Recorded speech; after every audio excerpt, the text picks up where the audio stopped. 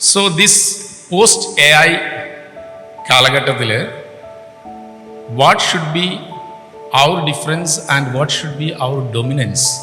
That's a question. So one answer is our problem solving skill. നമുക്ക് problem solve ചെയ്യാനുള്ള skill ഉണ്ടാവണമെങ്കിൽ I can tell you 3 aspects are there. One is data, second is people, and third one is system. നമ്മൾ 10th അതുപോലെ തന്നെ +2 ഫിസിക്സും മാത്സും ഒക്കെ പഠിക്കുമ്പോൾ problem തരുന്നത് ആർക്ക് വേണ്ടിയാണ് ചെയ്യുന്നത് നമ്മൾ വിചാരിച്ചിരുന്നു. ശരിക്ക്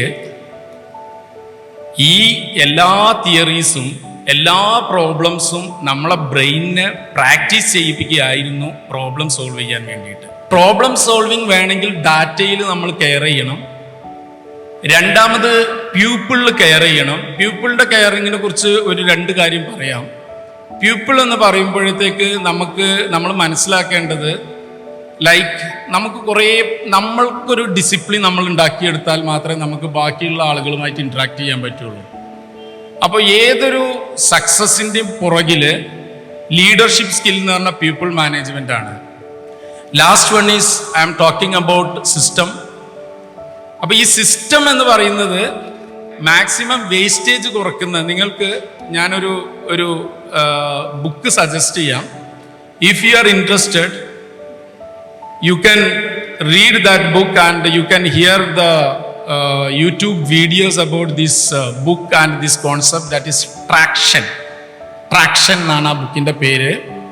ട്രാക്ഷൻ മീൻസ് നമ്മൾക്ക് കുറച്ച് കാര്യങ്ങൾ ഇംപ്രൂവ് ചെയ്ത് നമ്മൾക്ക് വേൾഡ് നമ്പർ 1 ആവാമെന്ന ഒരു കോൺസെപ്റ്റാണ് traction.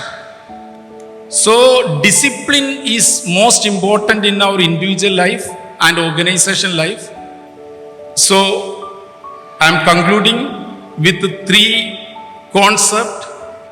One is critical thinking and problem solving. Improve ചെയ്യുക. ഇപ്പോൾ ഇതോടുകൂടി പഠിപ്പ് നിർത്തരുത്. You can learn, unlearn and relearn. Second one, data. Give importance to data. മൂന്നാമത്തെ കാര്യം എന്താണെന്ന് വെച്ചാൽ സിസ്റ്റം ഇല്ലാത്ത ഒരു സ്ഥലത്തും ഒരു വിജയവും ഉണ്ടാവില്ല. So this is my message. Thank you very much.